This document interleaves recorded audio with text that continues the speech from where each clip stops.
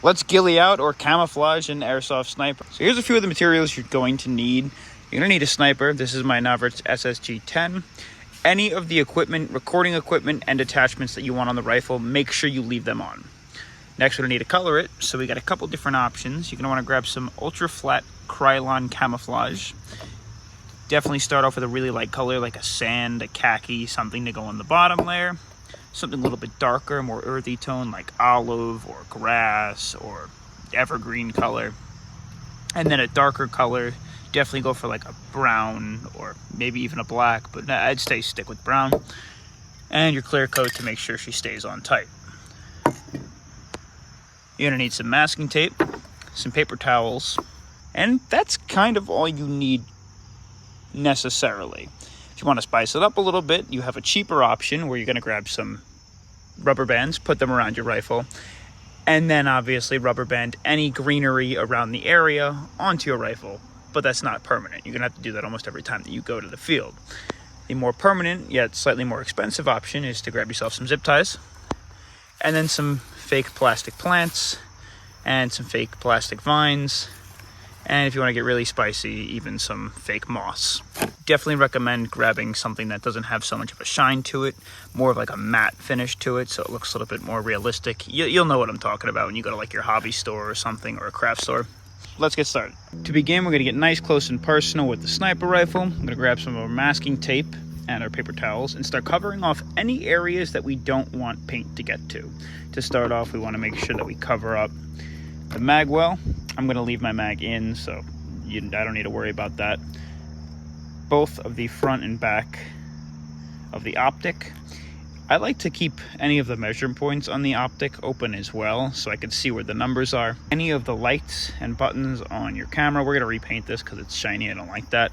And of course the end of the camera. You're going to want to cover this bad boy up. You don't want paint getting into the bolt. And then some people claim you should cover up the trigger. I don't know. I've painted a ton of these guys and that's kind of all they cover up. And I never have any problems. But most importantly, you're going to want to cover up the little exit hole of the barrel so no paint gets in there.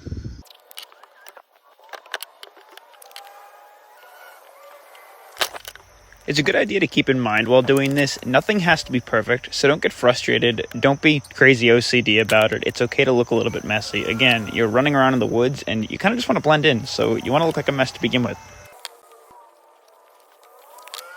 So we finished up taping. We got the front, back covered, the numbers, the camera, the end of the barrel, and now it's on to painting. Now start with your lightest color, in my case the sand. This is going to be the part that shows all the accents or all the leaves that are popping through the other paint. Next, go ahead and lay it down and grab a variety of random ferns and greenery and sizes and go ahead and lay them around. While you're doing this, make sure that you lay them in a pattern that's a little bit messy. You don't want them all going the same direction. Remember, it wants to look natural and you're trying to blend into your surroundings. Now get your slightly darker color, your green tone, and make sure you spray over it from directly above.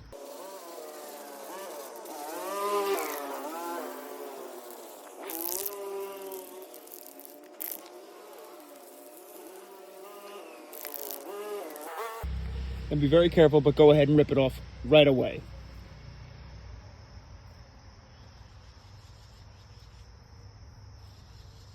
You should be able to see all those markings start popping up. Those really cool accent pieces. Bang. Starting to see where it's going to blend in now.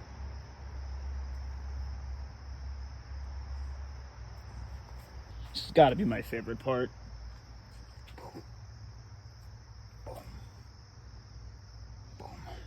Ignore the small spots. There was some sticky stuff on this when I bought it secondhand from the Hop Up app, and I just couldn't get it all off.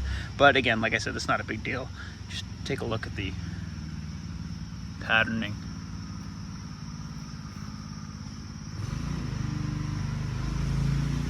Next, take your darkest color, your brown, and you're just going to do some accents. I like to take care of some of the corners, run a streak through the middle or two, just so that it kind of breaks up the heavy amount of green in there.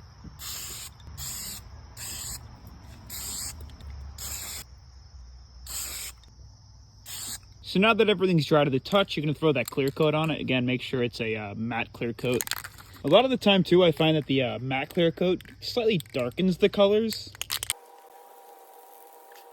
I think it's coming along great. So we're just going to let it dry and then do the exact same thing to the opposite side. Keep in mind, these zip ties are going to be on your rifle for the foreseeable future, so you're going to want to make sure they blend in like sticks too. You probably want to wait till the next day to start doing this, but I'm going to rush it up a little bit because I'm trying to get this done. You can tell it's starting to get a little darker out. What I recommend now is start zip tying your leaf litter onto the rifle and try and keep it out of the way of the scope, and definitely try and primarily attach it to 1 to 2 parts of the rifle. You don't want it to be difficult to take apart or take down if you need to.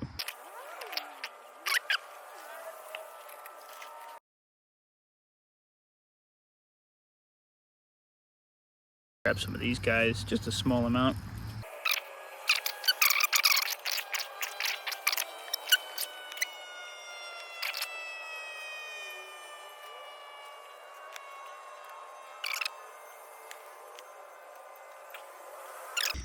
So we finished the rifle. I threw it into some of the small plants and bushes and ferns over here. And maybe it's because I'm colorblind, but I definitely think that hides the rifle a little bit better, especially in areas like the scope and the barrel where we covered it. The rifle itself, or the replica itself, might stand out a tad bit, but less than when it was black. And you can't even really tell which plants are fake until you pick it up. So obviously, you know, you could do what you want and throw your own little quirks and tricks into this, and the more often you do it, you'll find things that you like, that you don't like, or things that do or don't stand out. But yeah, for sure, that's how to paint, customize, and ghillie your airsoft sniper.